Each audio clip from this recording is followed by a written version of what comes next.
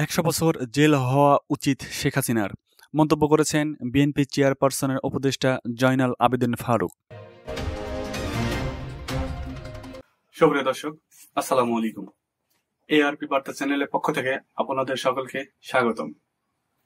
দেশ এবং দেশের বাইরে থেকে যারা এই মুহূর্তে এই ভিডিওটি দেখছেন তাদের সকলকে আন্তরিক ধন্যবাদ ও শুভেচ্ছা। সুপ্রিয় দর্শক, এতক্ষণ শুনছিলেন সংবাদ শিরোনাম, এখন বিস্তারিত। ১০০ বছর জেল হওয়া উচিত শেখ হাসিনার, মন্তব্য করেছেন বিএনপি চেয়ারপারসনের উপদেষ্টা জয়নাল আবেদিন ফারুক। জিয়াউর রহমান সমাজ কল্যাণ ফোরাম সংগঠনের সভাপতি মুঞ্জুর রহমান ভূঁইয়ার সভাপতিত্বে জাতীয় প্রেস ক্লাবের সামনে এক অবস্থান কর্মসূচিতে এক মন্তব্যে বিএনপি চেয়ারপারসনের উপদেষ্টা জয়নাল আবেদিন ফারুক বলেছেন, শেখ হাসিনার ১০০ বছরের জেল হওয়া উচিত। বিএনপি চেয়ারপারসন খালেদা জিয়া ও ভারপ্রাপ্ত চেয়ারম্যান তারেক রহমানের বিরুদ্ধে স্বৈরাচার শেখ হাসিনার আমলে করা সব ষড়যন্ত্রমূলক মামলা অবিলম্বে নিঃস্বার্থ প্রত্যাহারের দাবিতে এ কর্মসূচির আয়োজন করা হয়।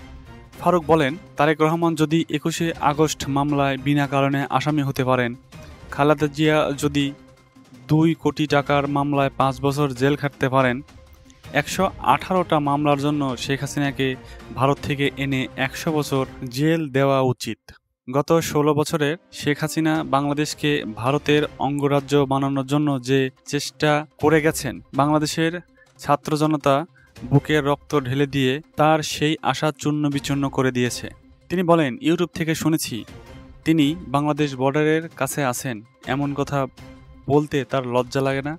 এরশাদ তো চোর ও বাটপার ছিলেন, ক্ষমতা দখল করেছিলেন জোর করে, তবুও তিনি কিন্তু দেশ থেকে পালিয়ে যায়নি।